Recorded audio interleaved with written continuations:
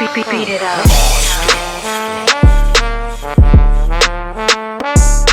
Yeah, I agree with you guys, man. That joint was hard. Yeah, that shit was hard. Definitely, I fucks with it. What you said? I got stuck on my words. I almost asked like 3 questions at the same time. Did I miss? Like, I was listening to the lyrics. I appreciate the shout out, little homie. Little big up, you know what I'm saying? Do you know why he named it LeBron James? Are you able to speak to how that happened? Or he just said? I can't really say it like he would say it, but I'm gonna give you the short version. As you know, I like to do a lot, and I guess it's like a story coming up from nothing to something, basically, like LeBron James did. You know what I mean? Got you. That's dope. That's the metaphor, like, you know what I mean? Right. And I'm you know what? I'm sure Emmanuel quickly. And you see how he used the metaphor, like, I'm playing college, I want to go pro, because you feel like being around us, he in college. You know what I'm saying? Like, being around us, he's in college and shit, or high school or something, and he ready to go pro. You know what I'm saying? Yeah. So That's hard. right. But, I'm sure, right? Julius Randle and Emmanuel quickly. You know, they came from nothing too. You know what I'm saying? On some level, or somebody else, but he named that song LeBron James. Right, you right. It just is what it is, though. I mean, how you feel about, you know, the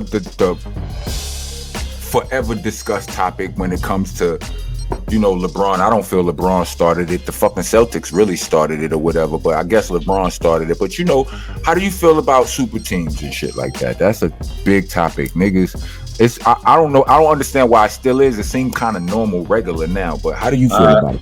I like it and I don't like it. And let me explain. Like, I like it when it's like LeBron James, they say he's so good.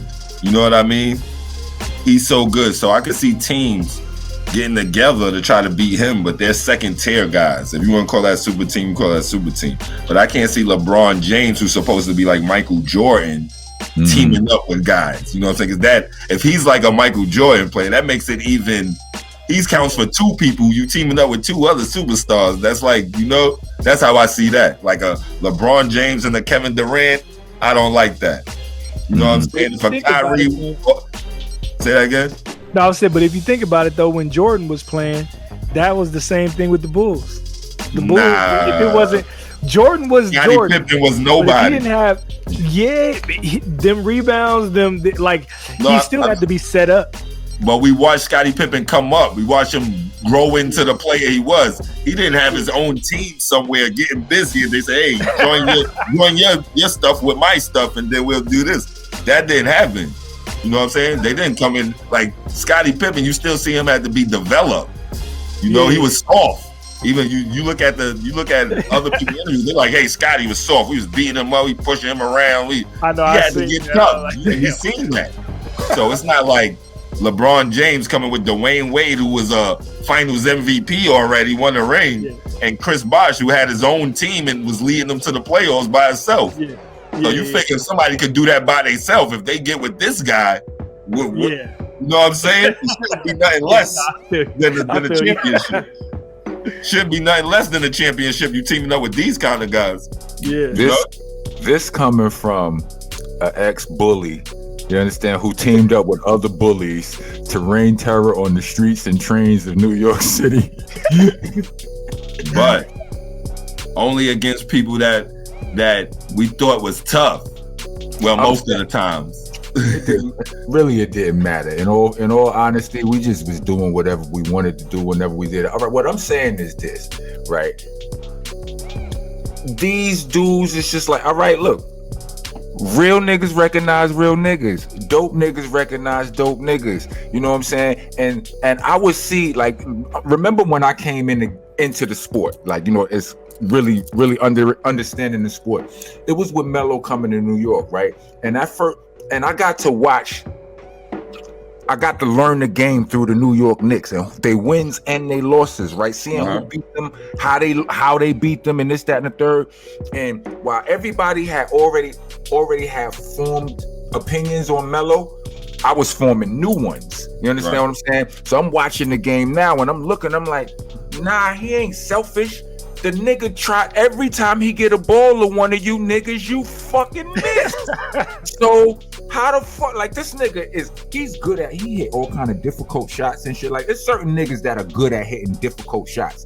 And I feel like when you one of them niggas and you set your man up with an open one, an easy one, and he miss it, you mad now. So you don't trust him. Now you got to take that shot yourself. And I'm not saying that that's right or whatever, but I saw him play defense when niggas said he didn't play defense and all so on. So long story short, when a nigga says to himself, that's my homeboy over there, and he get busy like I get busy. Yeah. Why we can't play together? Because the owners say nah, because the traditions say nah. Honestly, I feel like the whole tradition of professional sports is a little bit slavey. You understand what I'm saying? Yeah, but it's not just about the tradition though, it's about the fans also, man. All right, but I'm gonna give you some homework right now to do, right? Go ahead. One day, right? The Cleveland Cavaliers played the Miami Heat. Dwayne Wade against LeBron James, right? Mm-hmm. This game was so good. LeBron James had like 47, Dwayne Wade had like 44, going back and forth, back and forth, back and forth.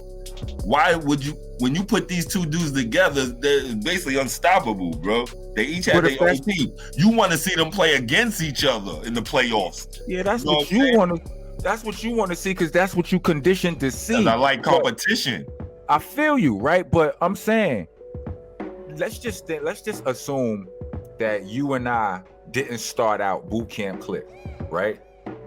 We was both part of two different rap cliques, but we fucked with each other along the way. You know what I mean? And we got to build whatever. I mean, our bond happened like nothing. You understand what I'm saying? Like, so we came across each other's paths and was like, I fuck with what son do. Son is like, he fuck with what we do. And you continue on your path. You do what you do on, you know what I'm saying? I do what I do. You know what I mean? But we get this high, but we want to go this high. But it's people, but we ain't getting this high. But because we feel like the niggas that we with don't support our, you know what I'm saying? Don't support our mission that well. It's not conducive and shit. But I'm like, for me to see this is my man right here, and he get busy the way maybe this is a fault to mine, but I relate everything to life. You understand what I'm saying? I relate all of the, all let of these me ask you this, right? If Biggie, Jay-Z, and Nas was in the group, would you and just came out like that before anything else? Would you think they would perceive the same way they was separately? Nah, I don't know. Nah, they wouldn't, man. Ask me the question again. You wouldn't get to see all the. You wouldn't get to see all the creativity that these people did individually. Right, that's a fact. That's a fact. All right, I get that. You wouldn't get to see all that. I understand that, but it's kind of like OKC when they had James Harden. He was coming off the bench. You didn't see James Harden. You seen in Houston, right? Absolutely. I get what you're saying. You wouldn't get to see Nas do Street Dreams. I get what you're saying, and you're right. That president. And you're right. Noted. That makes absolute sense. But then on the other side of Thank you for listening to Monsta Mondayz Podcast. Please join us every Monday from 8 to 10 p.m. West Coast time and 11 to 1 a.m. East Coast time. Every single Monday, Monsta Monday on the Dash app. Also, check out these awesome shows from the rest of our podcasting family. Funny Farm, East New York Radio, All Elements Mix Show, the Starpower Collective, La Cosa Nostra Radio, 5150 Mix Show, Block News Live, Vinyl Coffee Mix Show, and Hidden Gems. Check them all out under the Delicious Vinyl radio station.